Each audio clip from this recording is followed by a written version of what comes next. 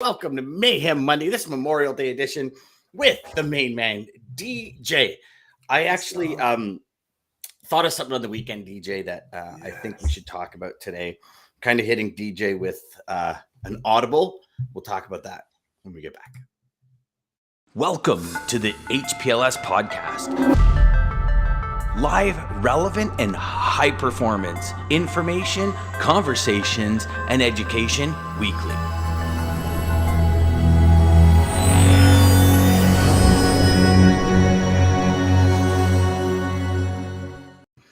So I had this thought, and it's been one of those the conversations that have been kind of going around in my head. Sometimes I have like multiple ones at the same time, but one of the ones. Listen, I don't know if we're supposed to admit that out loud, but I have this saying, brother, I really don't care. Now, and part of me says it was a great conversation today, but then another part of me says our viewers are going to probably be real low today because everybody's probably sleeping in, first major holiday in the U.S. of the year. Summer. And so maybe, start of summer, everybody's, it's probably a big night last night, lots of fireworks or the fireworks tonight. It's kind of all weekend. Yeah, it's like our major 4 weeks. Once it gets close to July, it's like any reason to shoot fireworks. People, Even if you just want to scare the dogs in the neighborhood. Exactly. So, and then part of me says, okay, is this going to be a good conversation today? What it was is, what is a fair margin on a load? And it's a big conversation. And you know what? Let's just have it today because people can watch the replay and we can kind of reference it and push back. So, at what point are you gouging? At what point are you ripping a customer off?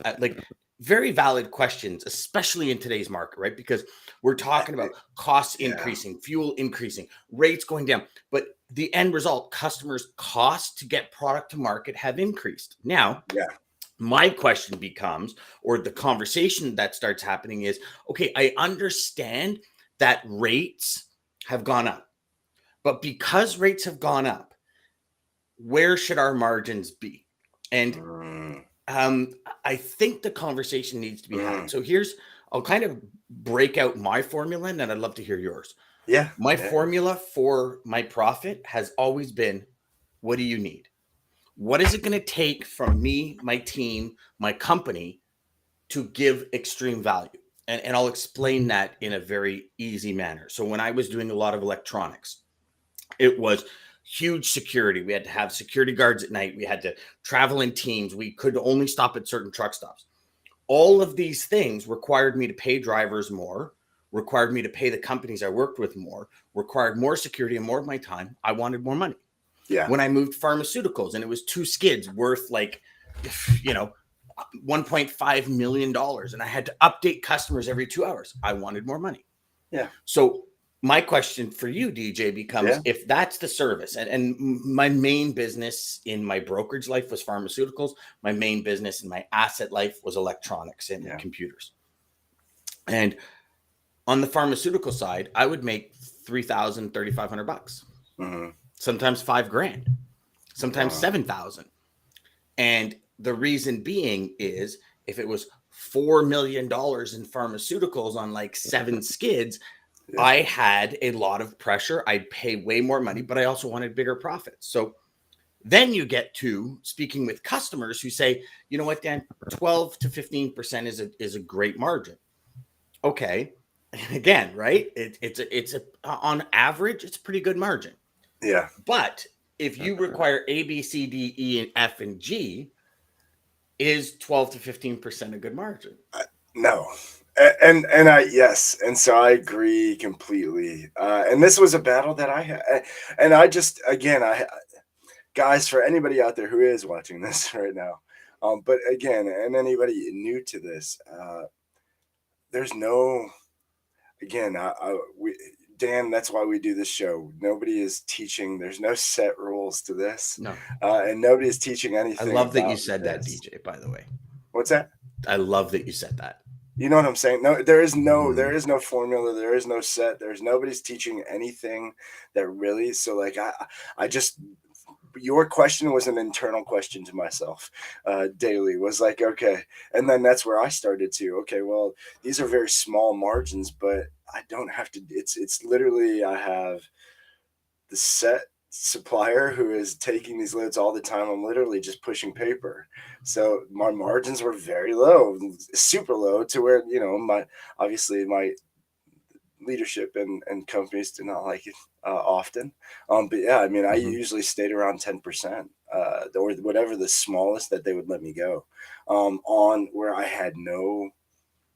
really had nothing to do besides landing the customer and pushing the product, or, you know what I mean, pushing the paperwork to the supplier. But now something like you're saying, something that takes longer, more of a pain in the butt, a lot more check calls, a lot more security, a lot more, you know, well, there's another side to it. Because of the value, then yeah, margins, you know, I would go up. And then it was, okay, well, if they're giving me X number of loads, then the margin went down. And then it was just, so it was kind of like I was doing. So, okay, can I stop you there? Because why would you put your margin down if they're giving you X number of loads? X number of loads means more work, means more people, means you have a higher cost. Yeah. True. See, where it's like, well, if I give you volume, if I give you 10 loads a day, are you going to drop your rate? And I said, and I've always said, well, sorry, at first was like, yes, of course. But then you realize, so if you have an area like this that you can source, say, 3 trucks a day, and somebody says, I need 10, you actually have to go to this area, which means you're actually you might, unless you have it set up properly, but if it's kind of like a one-time thing where it's like, hey, we got a big project this week, you're going to be pulling trucks from all sorts of areas, especially in today's day and age, because so many people have scattered, fragmented triangles now of where they service, because they're kind of chasing volumes. But they're just chasing exactly wherever the volumes. So now you got to pull from a bigger area. So it's actually an oxymoron to say, well, if you give me multiple, you know, unless it's dedicated, then you can kind of reduce margins if it's less. But so when I first started in this industry, it was actually our corporate lawyer that taught me to look at multiple areas of a business to understand margin. And I'll give you a perfect example. So I was one of the first brokers to get into Dell Computer. And this is at a point when Dell Computer, like, they were really starting to take off, but they knew within, what was it, like 2.5 or 3.5 days, 3.5 to 4 days from time of ordering, if the product was not in the person's hand, they would cancel. So they understood their cancellation. So when we were moving Dell Computer, I was a broker and I was using one carrier. And I remember sitting down because we were going over contracts and with insurance companies, because as a broker, it's you know, you got like $1.6 million worth of computers. Where does the liability fall if something goes wrong, right? And I mean, cargo cats were involved. These things were stolen at a dime a dozen. And I remember sitting down with Paul and he's saying, okay, Dan, you got to understand, your margin will come into legal play. I said, well, what do you mean? He goes, okay, think of it like this. Because I was always, you know, 150 bucks kind of a load. I was always very neutral. Like no matter what it was, I'd put 150, 200 bucks on it. Like I never. Okay. I was brand new. You were doing a set number. Okay. Yeah, I was like brand new. I was new in the industry. So in that, the education and the conversation had always been, I'll just put 150, 200 bucks on it and go. And because being Canadian, I was paying Canadian funds to the carrier. I had like a 148, 156 exchange rate as well, right? So there was all these things that we had to have the conversation. But he said one thing where he says, like, listen, understand this.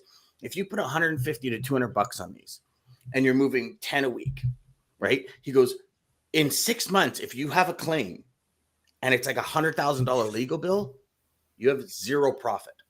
And I went, oh, he goes, yeah, exactly. He goes, you got to make as much as the claim would be a minimum of every quarter, minimum.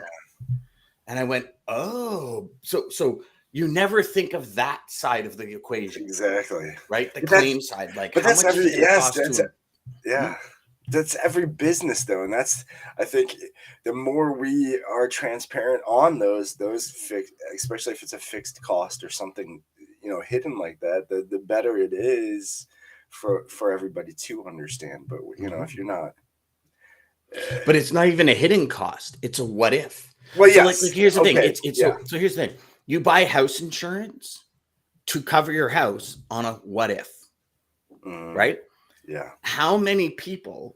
And this is a big question. How many people pay house insurance and never use it? A lot. Right? So if you think about it over the course of owning a home, it would be interesting because, so if I just some quick math, because I mean, and then I'll just go by mine. So like 9. That's a great thing about insurance too. I mean, so starting early in my days of sales, really was retail, Best Buy, the warranties, obviously, big So thing. over 25 years at $92 a month, it's $27,600, right? So for $27,600, if your house burns, you get a new house over 25 years. I just did it over the term of like a regular mortgage, right? Yeah. So you give me $27,600 and I'll make sure you get your $400,000, $500,000, $600,000 house rebuilt. That's a good deal. Yeah. Right. So you add an additional $27,000 a quarter, a month in profit. And if there's a legal bill, you're covered. That's actually a good deal as well. Yeah. Right. And, but that might require an extra $92 a load. Does that blow you out of the margin ballpark? Yes. Right. So it's like claims, service needs, costs, at what point is it greed? And I think it's as fine as a razor's edge, DJ. Because if you ask a customer at what point is it greedy, they're going to say above 15 to 20%. It's perspective. Again, though, at the same time, I think it's a lot of perspective. Again, it's whose lens is looking through it and how are they looking through it at is going to be a big key, And how do you so what? Okay, so I guess here's a better question to transition the conversation. Yeah. What are the key metrics that go into margin? Right. So one, your company invoice cost has to be considered. Yeah. Right. If y'all like watching, listening now live or on the replay, if y'all don't really understand what it costs your company to invoice a load, you need to, because that is the primary function. Like anything, you can sit there and say, okay, well, if it costs you $2,000 a day to run your company and you're making $1,500 a day, and all you're looking at is the $1,500 a day, going, yeah, man, I'm making $1,500 a day, but it costs you $2,000 at the end you're dead. So Dan, I think we need to. I think even breaking down, like even the idea of invoicing, so it just sounds like to anybody, just sounds like a made up number, or most people who maybe don't understand the levels of business or the back end kind of nickels and dimes that add up very fast of business. The invoicing is not just a fee that somebody like randomly comes up. Well, hopefully your company is not coming up with a random fee. Good correction. It costs about $150 to just hopefully they're not doing that, but there is a set fee, and that's based on obviously all of everybody who's involved. So how many touches and all of the salaries and payrolls, the overall expenses, rent, hydro, gas to heat and cool the place, like all of it. All of it. That's your invoice cost. Now, obviously, you double your freight, you lower your invoice cost. But at present time, what's your invoice cost? I remember one of the major corporations I worked for, their invoice cost was $70. Every order that went out, every invoice that went out the door cost $70. Wow. From a global perspective. And when you look at that, it's like, okay, so if you're making $50 profit on an order, the company is losing money. Because that's $70. If you make $100, and we were on a 70-30 split, so the company would make 70, like it was break even at $100. Yeah. So that's a number to understand. Yes. And as much as we sit there and we say, okay, well, if I take this business at $50, and again, DJ, I think we have to be very careful, because I'm not saying don't take the business. Like if your invoice cost is $150 and you have business that has a lot of business, it's easy, it's dedicated, there's not a lot of effort, but your margin is the $50 to $75 range. Understanding that cost of invoicing is also not increasing cost, but increasing orders, because that will bring your cost of invoicing down.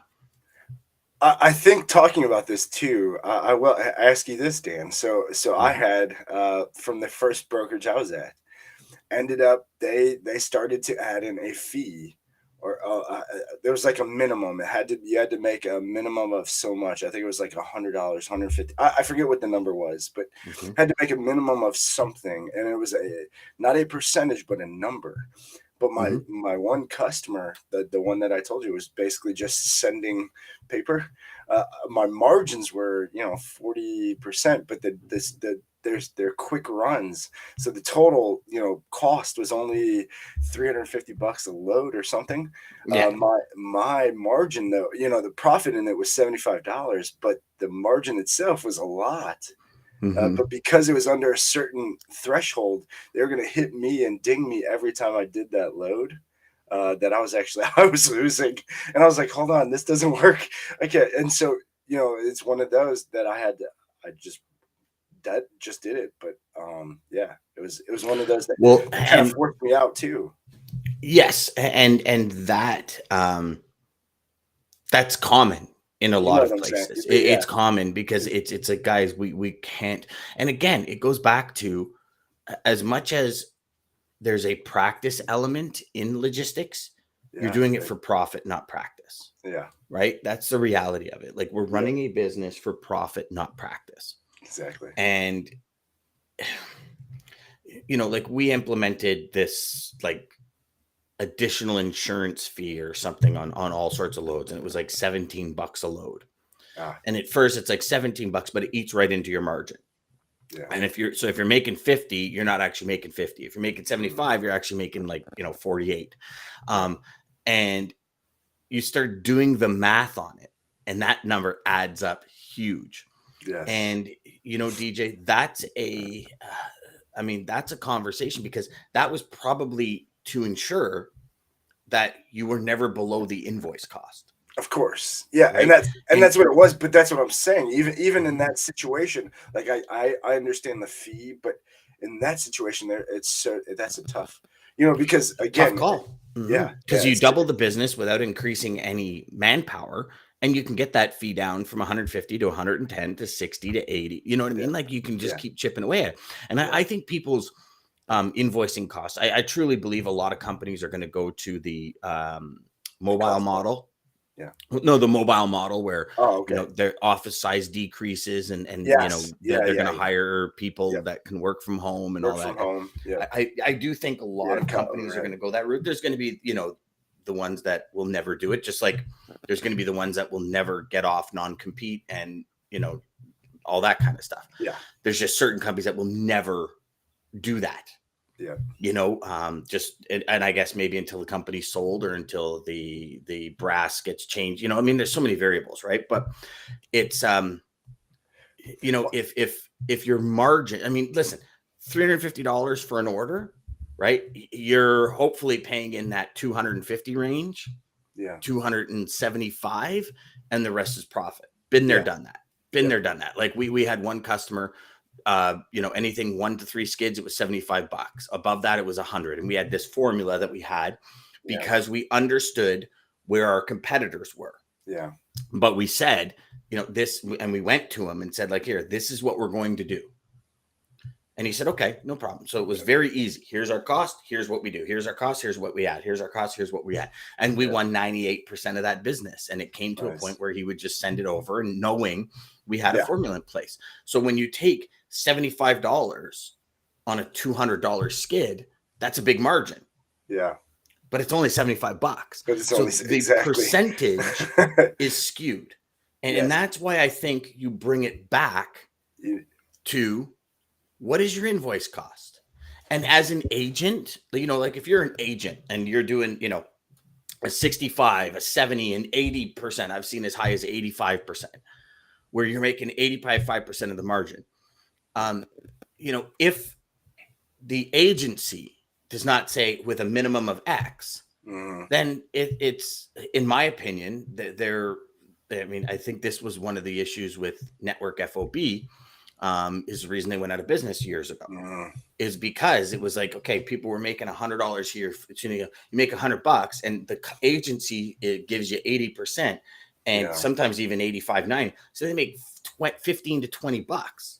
mhm, right? And they have buildings, they have executives, they have legal for contracts. Like there's huge expenses on the back end of any brokerage, any carrier, Yes. right? Like there's huge expenses on the back end, and not understanding those expenses can actually kill you. Because I can't tell you how many companies I've sat with. And I'm like, okay. They're like, no, man, we did really well last year. I said, you did. And then we start figuring it out. And there's like half of their customer base that they're losing money on. And the other half pays for that bottom half. And it's like, okay, so guys, if you just understood this and you moved at $10 a load here based on all this volume, you'd actually like, $15, $20, $30, $40 a load. You'd actually, and whether that balances out, hey, can you renegotiate with your suppliers? And it's not saying, drop the rates to your suppliers to the bottom dollar, but can you renegotiate? Because it's a recipe for like to the point where one of my customers that I was sitting down with management, their main customer was like 62% of their business. And I said, so here's the deal. Your main customer you're making money on, them being 62% of your business, that's actually paying for all of these 25 customers. You, for whatever reason, you lose that customer, you will be bankrupt in months. Yes. And you will not have a pipeline big enough to get but that customer. It's just like the trucking companies and with the stuff going on with gas. I mean, just like what happened in, end of 18 or was it end of 19 when? Well, yeah. So it was 2019 that it all happened. There was a lot of with the pricing and the gas and everything. It caused what we're if they're not watching that stuff even today. I mean, we talk about it with Dean, but that percentage. I mean, if they're just taking loads because they think, oh well, I'm moving freight, so I'm making money, but they're not paying attention to all of that. Yes, but here's the thing is. That's typically reserved for the smaller carrier spot market, right? Some larger brokerages still don't sit down with those numbers. It's a fact. And as a salesperson, okay, and again, this is very, this is almost one-sided because I believe in the 4 pillars of transportation, family, you have colleagues, you have customers, and you have company. Those are your 4 pillars. Yep. Right? Family, team, customer, and company. And if those 4 are not profitable, it's a recipe for disaster. But that's my perspective. So I always asked, what's the invoice cost? Because I wanted to make sure the company I was working for remained profitable. Some people just don't give a shit. It's like, okay, I'm coming in, I'm gonna make some money, and I'm off. Right? I'm gonna come in, I'm gonna make some money. I'm looking after myself, which is how a lot of people work. But as a company, you need to stay healthy in order to help those clients. And as a commissioned salesperson, you run a company inside a company, and you are the CEO of that business. Yeah, of your business, right? Of your own business. So you want to make sure it's profitable. If you're doing a 12% margin and you can get an 18% margin, you'd obviously want that, right? and again, based on the value you bring to the table. So I believe you have a minimal cost to make your company profitable. And then it's all about the value you bring. And this is not some, fictitious value. It's like, what is the true value? Yeah. What are you actually having to do? What do you have? What do you add? How do you add to your customer's life? Yes. That's worth something. Because I'll tell you one thing. I've had many customers, I've often shared a story where we took 1.8 million in demurrage and 12 months later we had 0 demurrage, right? So I saved that company $1.8 million because I made 400,000. I still save them 1.8. Yeah. Crazy. Right. So I saved them 1.4, if you will, but I was still price competitive with the person they were using. So I made $500,000. They saved $1.8 million. Exactly. I added major value, reworked things and redid stuff. So the profit I was making, the margin I was making was never relevant. Ever.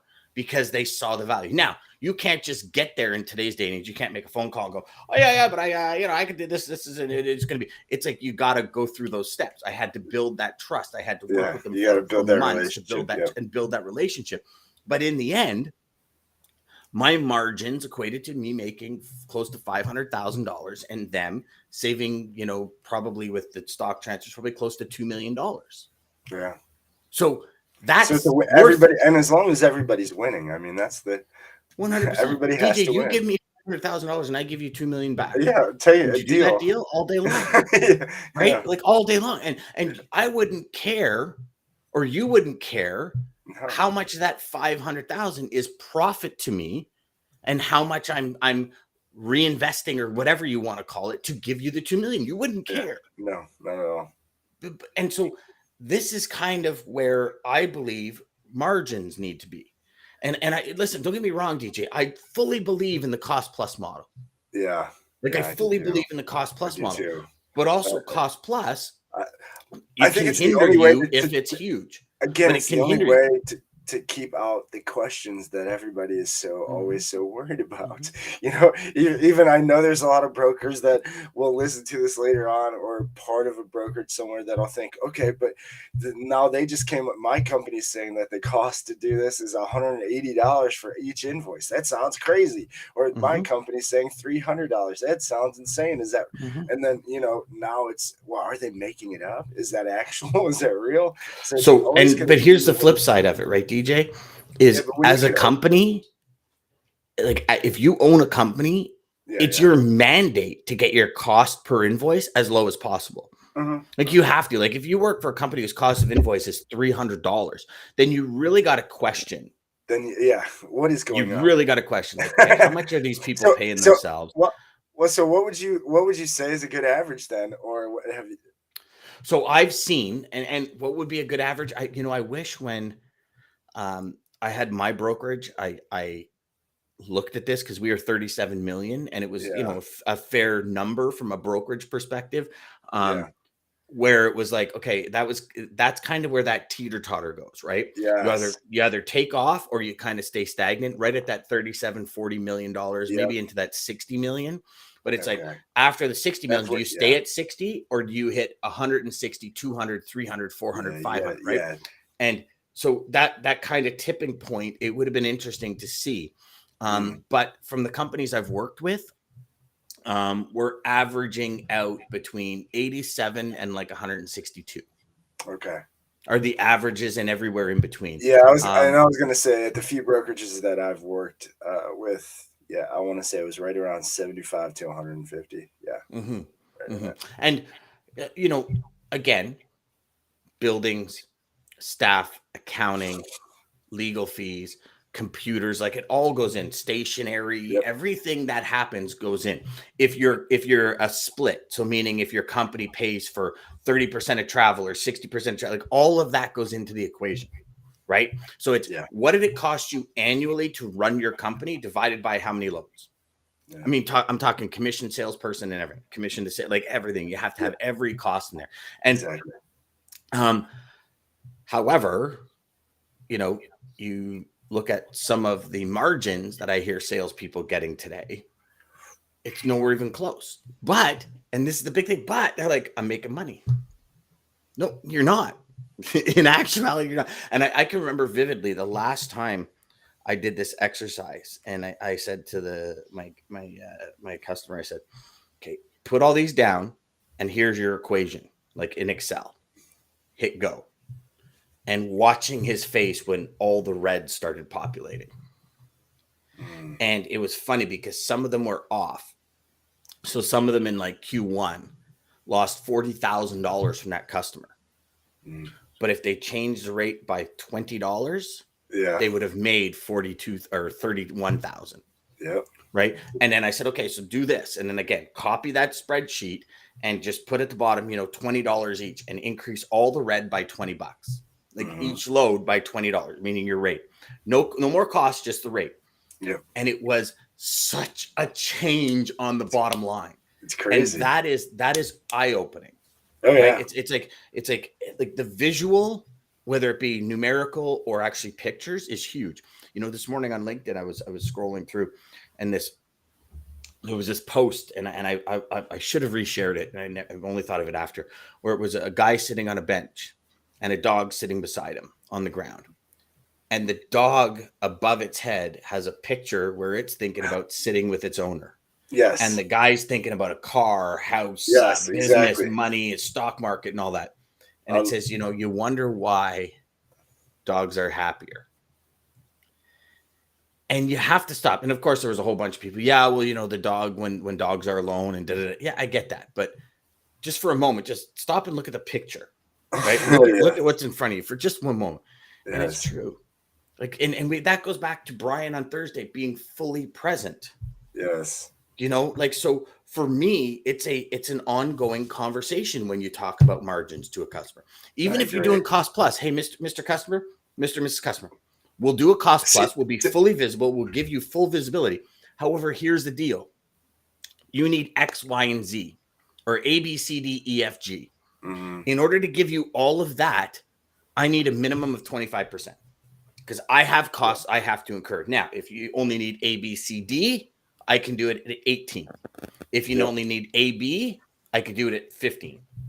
Yeah. And have that. I think you have that. You have to have that straightforward, stand-up conversation with your customer. I believe they will respect you for it because you understand your costs. You understand how you're profitable.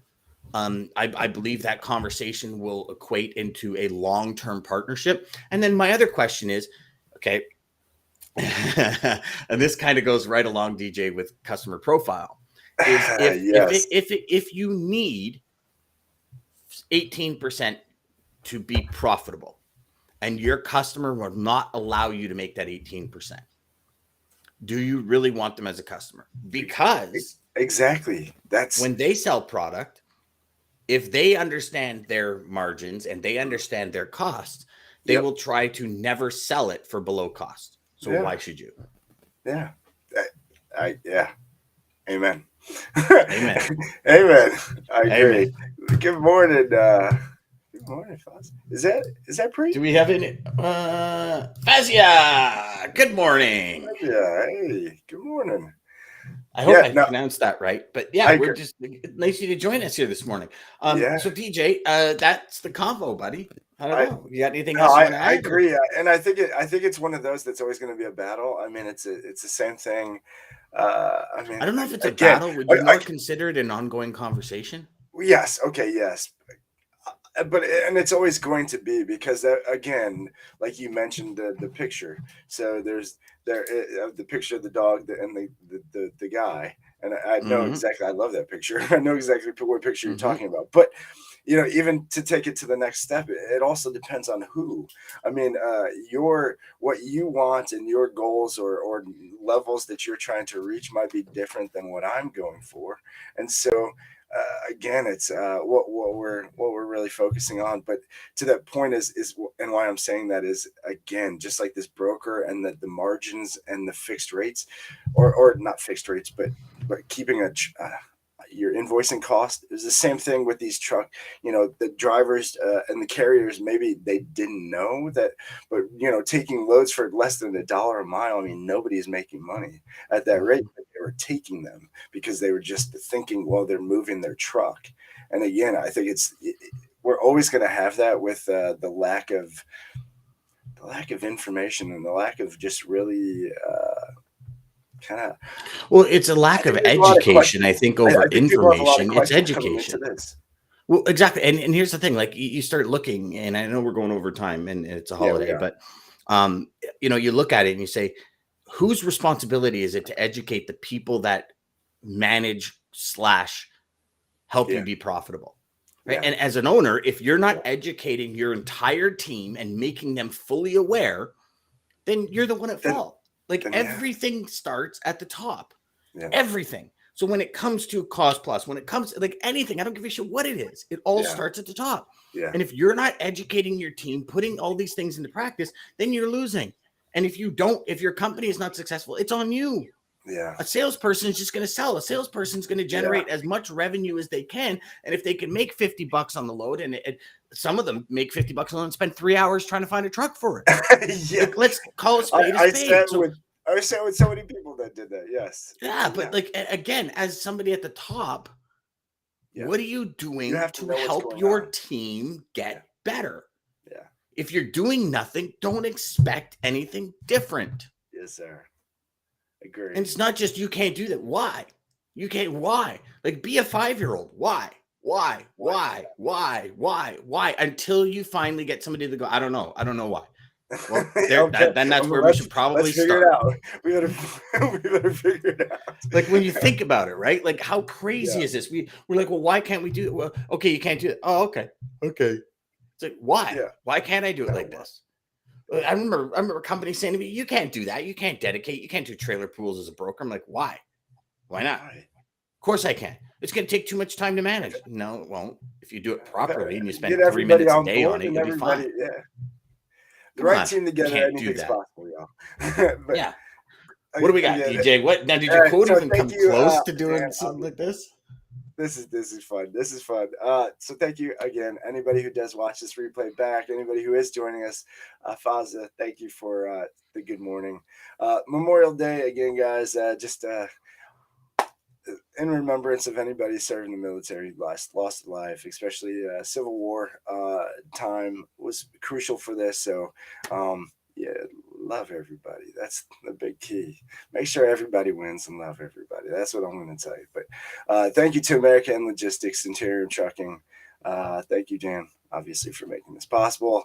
Got a good show this week, guys. So don't miss out. Tomorrow we got a great guest. I think Thursday is going to be fun as well. So good tomorrow's Chuck Snow from Traffic. That's going to be awesome. That is going to be fun. So, and then Wednesday, don't miss, obviously, Triple D Day with the man. Quote coming out is Mary Roach, and it's heroism doesn't always happen in a burst of glory. Sometimes small triumphs and large hearts change the course of history. To the HPLS podcast. Live, relevant, and high performance information,